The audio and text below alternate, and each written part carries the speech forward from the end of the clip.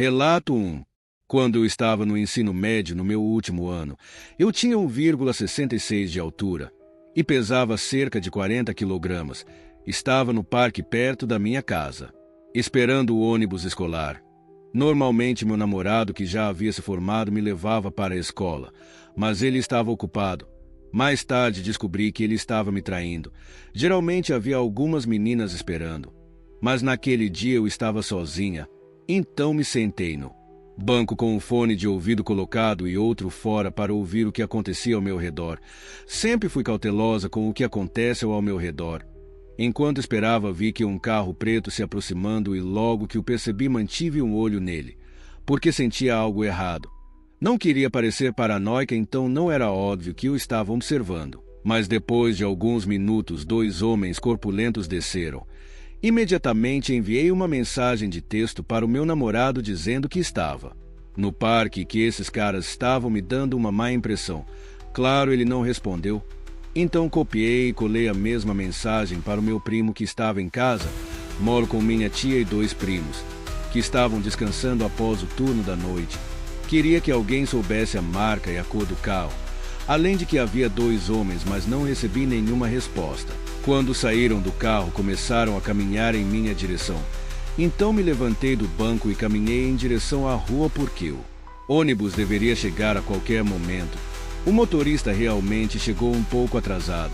Enquanto eu estava junto à rua, esses homens se aproximaram de mim e pude sentir uma energia negativa. Um deles me cumprimentou enquanto o outro me olhava fixamente. Eu apenas sorri levemente e acenei com a cabeça, depois olhei para outro lado. O mesmo cara, quem chamarei de número 1, me perguntou quantos anos eu tinha. Não respondi. Podia ver que o outro cara, o número 2, estava ficando irritado porque eu não estava alimentando a conversa. O número 1 continuava me fazendo perguntas de sim ou não, como se eu tinha namorado, se morava por perto, se usava drogas, porque eles tinham algumas, e se eu queria. O número 2 me perguntou se eu sabia o que era o mercado negro. Senti um calafrio percorrer meu corpo. O número 2, que esteve calado o tempo todo, começou a me dizer que acabaram de voltar da Rússia. Mas a forma como ele disse foi tão assustadora quanto intimidante.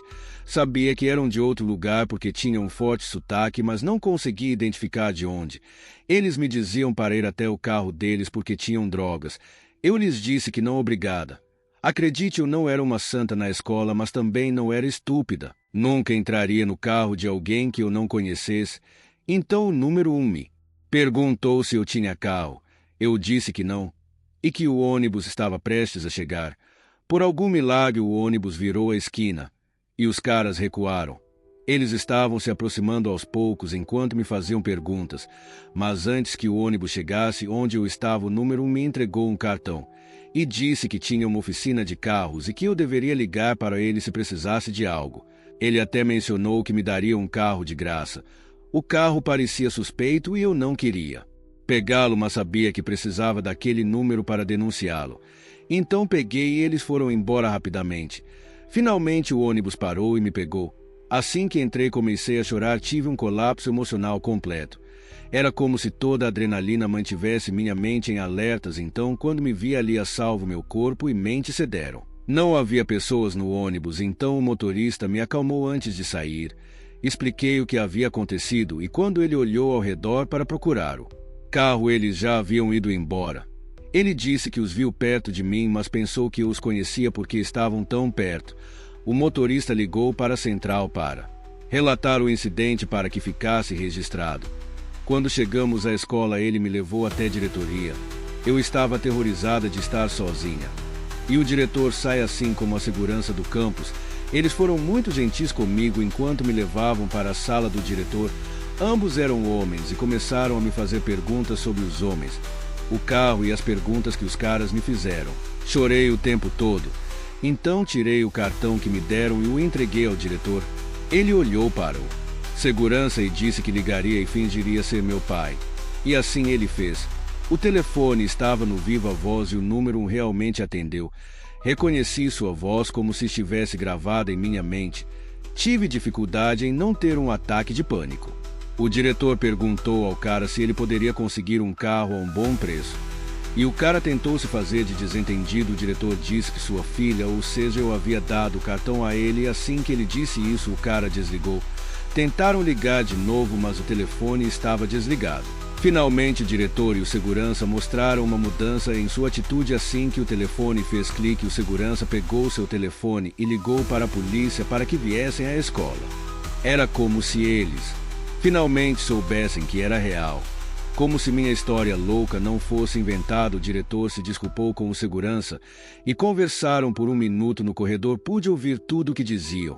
Ela tem sorte de estar viva, isso é sério. Precisamos ligar para os pais dela para que venham buscá-la. Quando chegaram, os policiais entraram na sala onde eu estava e pediram para eu contar a história novamente. Na frente do diretor e do segurança, sinto que queriam ver se eu estava sendo completamente honesta. Então eu contei tudo.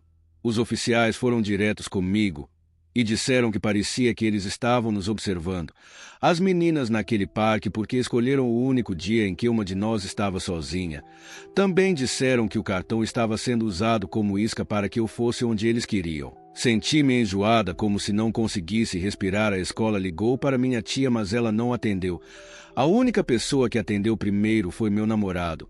Um dos oficiais falou com ele, enquanto o outro finalmente conseguiu entrar em contato com minha tia. Meu namorado acabou me buscando no caminho.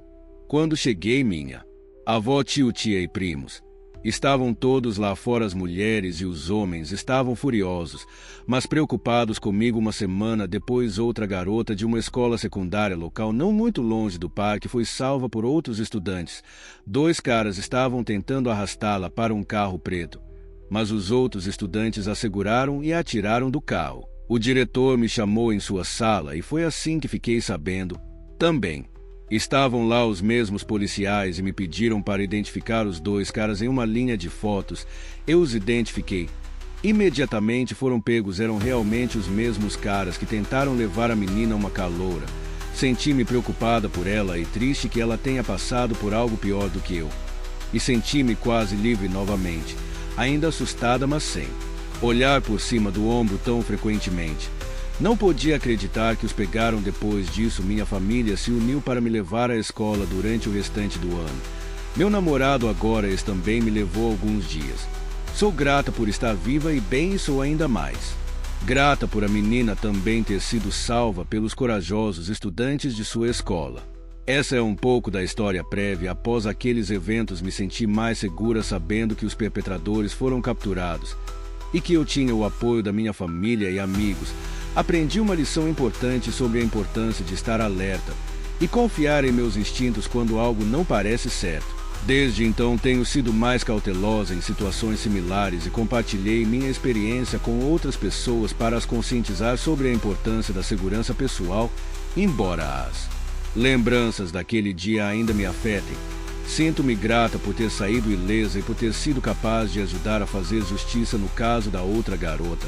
A experiência me ensinou a valorizar ainda mais a segurança e a proteção daqueles que me cercam, e a nunca subestimar a importância de estar preparada para qualquer situação potencialmente perigosa.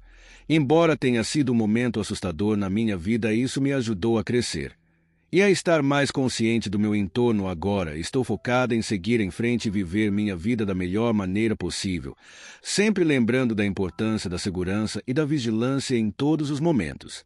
Aproveite agora para curtir e se inscrever no canal. Relato 2. Há aproximadamente 3 meses me mudei para um apartamento com 2 outras mulheres para poder estudar. Na faculdade existem alguns aspectos que tornam o prédio onde moramos menos atrativo, como, por exemplo, o fato de que a maioria dos quartos dos apartamentos dá para o corredor, por onde as pessoas do mesmo andar estão sempre passando, indo e vindo do prédio. Dessa forma, se você deixar as janelas abertas, qualquer um que passar por ali pode ver dentro do seu quarto. No entanto, considerando que passo a maior parte do meu tempo na faculdade e que as garotas com quem moro, além da maioria dos alunos, são muito legais, esses detalhes não me incomodam tanto. Algumas noites atrás, enquanto me preparava para dormir, comecei a ouvir música tocando em algum lugar, principalmente sucessos pop dos anos 2000. Como vivemos em uma cidade acolhedora para estudantes repleta de repúblicas e lagos, não dei muita importância. Provavelmente havia várias festas acontecendo e o som vinha de uma delas, ou talvez fossem apenas alguns amigos ouvindo música na rua. Fui para a cama e coloquei um vídeo aleatório para tocar no meu celular, como costumo fazer para adormecer. No entanto, enquanto começava a pegar no sono, ouvi sons de perfuração. No início achei que estava apenas sonolenta e ouvindo coisas, ou talvez o som viesse do meu celular. Mas pausei o vídeo e prestei atenção. Definitivamente havia alguém usando uma furadeira em algum lugar próximo. Levantei e caminhei pelo apartamento me sentindo confusa. Era por volta das 23 horas. Então não havia motivo para alguém estar trabalhando a essa hora. O som estava mais alto na janela do meu quarto. Então a abri para verificar e logo percebi que vinha do apartamento ao lado, o mais próximo da minha janela. Naquele momento percebi que a música também vinha de lá. Ninguém mora naquele apartamento específico, o que só aumentou minha confusão. Mas então pensei que talvez alguém tivesse planejado algo, conversado com o proprietário e ele tivesse encomendado algo para ser consertado. Ainda assim, o fato de estarem fazendo isso tão tarde numa quinta-feira parecia realmente estranho. Tentei voltar a dormir, mas o barulho persistia. Eu estava conversando com um amigo e acabei reclamando da situação, enviando áudios e até um vídeo mostrando a janela de onde vinha todo o ruído. Ele sugeriu que eu chamasse a polícia, argumentando que aquilo não poderia ser permitido, especialmente em um prédio cheio de apartamentos. Decidi não fazer isso, pois meu único desejo era descansar e já passava da meia-noite. Esforcei-me para dormir apesar dos sons de perfuração. Mas pouco depois da 1 da manhã fui acordada novamente, desta vez pelo som de marteladas. Estressada, mas ainda não a ponto de tomar uma atitude. Tentei dormir mais uma vez, apenas para ser despertada de novo. Dessa vez nem olhei o horário. Estava exausta, então coloquei um hobby e decidi confrontar quem quer que fosse. A janela do apartamento estava aberta, então optei por falar com aquelas pessoas por ali. A janela ficava acima das escadas, então eu precisaria descer alguns degraus para ser vista, o que me faria parecer ainda menor. Mas isso era a última coisa em que eu pensava naquele momento. Assim que cheguei à janela, senti minha coragem esvair-se.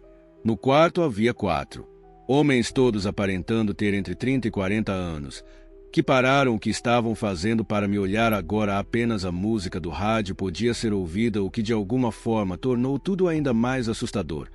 Pois embora segundos antes eu quisesse que o barulho cessasse, não queria ser o centro da atenção daqueles homens.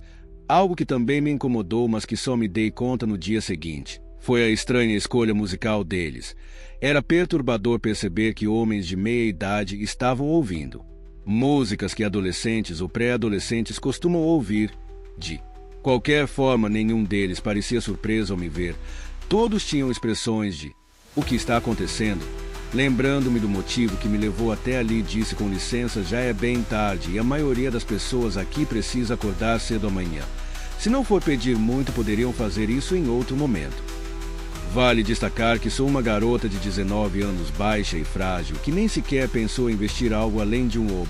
Então, quando 2 daqueles homens na faixa dos 40 anos vieram até a janela e se inclinaram sobre mim, examinando de cima a baixo como se fossem predadores, congelei e senti um arrepio na nuca.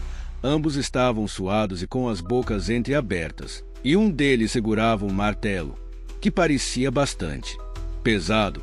Eles começaram a sorrir de maneira doentia e perversa e senti uma súbita náusea, extremamente desconfortável. Comecei a recuar lentamente em direção ao meu apartamento sem tirar os olhos dos homens, sentindo que a qualquer momento eles poderiam tentar me agarrar. Assim que alcancei o último degrau das escadas e saí do campo de visão deles, corri até a porta da frente, entrei e a tranquei. Uma das minhas colegas de apartamento estava fora da cidade naquela noite e presumi que a outra estava dormindo, já que não respondeu às minhas mensagens no grupo, perguntando se alguém sabia de uma mudança naquele apartamento. Retornei ao meu quarto e não ouvi mais nenhum som de ferramentas. Na verdade, até o rádio parecia ter sido desligado. Eu realmente não sabia como me sentir em relação a isso, porque a raiva que eu sentia havia sido substituída por nojo e medo. Sabia que deveria ter chamado a polícia naquele momento, mas estava exausta demais para lidar com aquilo. Olhei o relógio e eram cerca de 2h15. Voltei para a cama tentando me convencer de que não estava com medo, apenas desejando um pouco de sono. Eventualmente, adormeci. No entanto, acordei novamente no meio da noite, por volta das 3h30 e não conseguia ouvir nenhum som vindo do apartamento ao lado. Tudo estava quieto e isso começou a me incomodar. O silêncio era perturbadoramente completo. Algo tinha me feito acordar, mas não conseguia identificar o que. A quietude estava me deixando inquieta, e eu tinha a sensação de que alguém poderia estar do lado de fora da minha janela fechada. Tentei afastar esses pensamentos, mas não consegui mais dormir tranquilamente. Na manhã seguinte, ao sair, passei pela mesma janela e percebi que ela estava fechada, como se nada tivesse acontecido na noite anterior. Perguntei à garota que estava em casa comigo se ela havia ouvido. Ela disse que acordou várias vezes durante a noite, mas não conseguiu se levantar para verificar por causa de paralisia do sono. De qualquer forma, isso confirmou que eu não estava delirando. Aquelas pessoas realmente estiveram lá. Mas então, como conseguiram as chaves do prédio e daquele apartamento? Porque parecia que eles não queriam ser vistos durante o dia. O que eles poderiam estar planejando fazer comigo ou com qualquer outra pessoa que passasse por ali? Já se passou uma semana e felizmente não vi mais aqueles homens, mas ainda não faço ideia de quem eles eram ou o que estavam fazendo. Sinceramente, estou com medo até mesmo de pensar na possibilidade de que possam voltar ou ainda estar espreitando por aí em algum lugar.